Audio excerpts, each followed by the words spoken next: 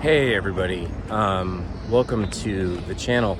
There's something I wanted to talk about specific to working as a film and TV composer. And I think when we are thinking about this industry, there's a couple of different sort of thoughts that go through our head, which is what really makes a successful film composer versus somebody who's not very successful at it. And what I mean by success is you're getting paid to write film, music for film and TV, and this work that you're doing is actually getting out into the ether, whatever that is.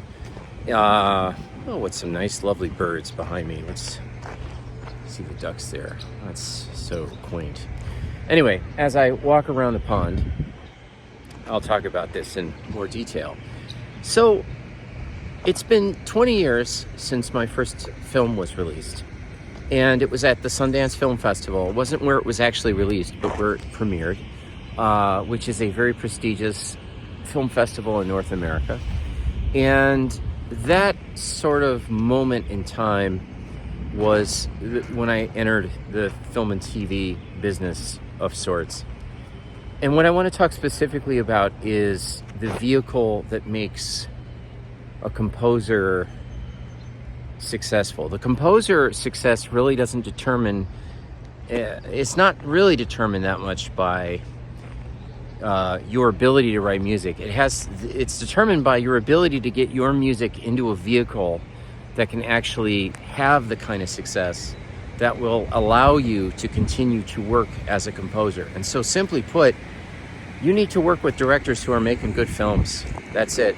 You can write the greatest score in the world, but if that film is not released, it's not on a well-known streaming platform, it's not promoted properly, you will not succeed as a composer. You just can't do it. You need to be attached to things that have legs, and those projects are the projects that are going to be distributed.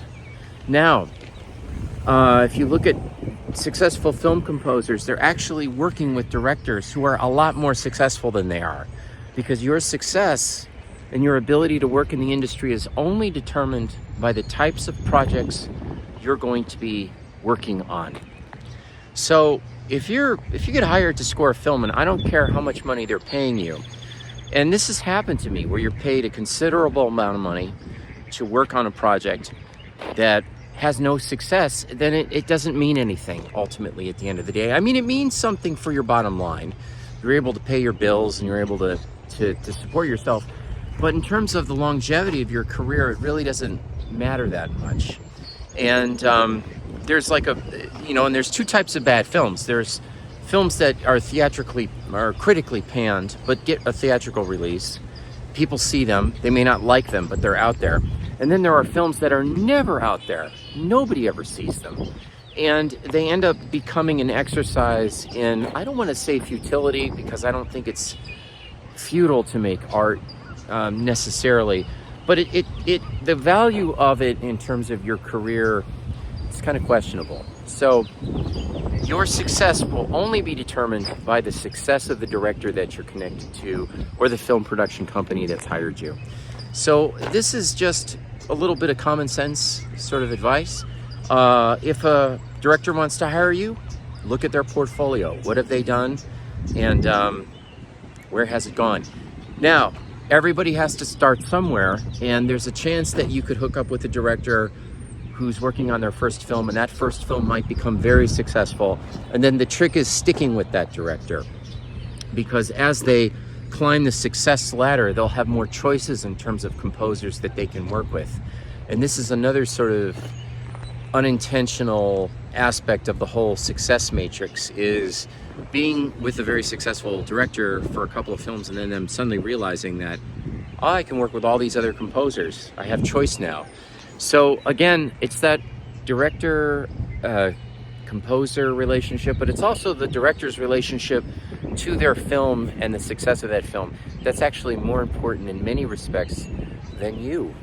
I know that sounds kind of strange, but remember, we play a important but supporting role in this process. And it's important that you actually spend some time curating your director film relationship. So with that, have a great day.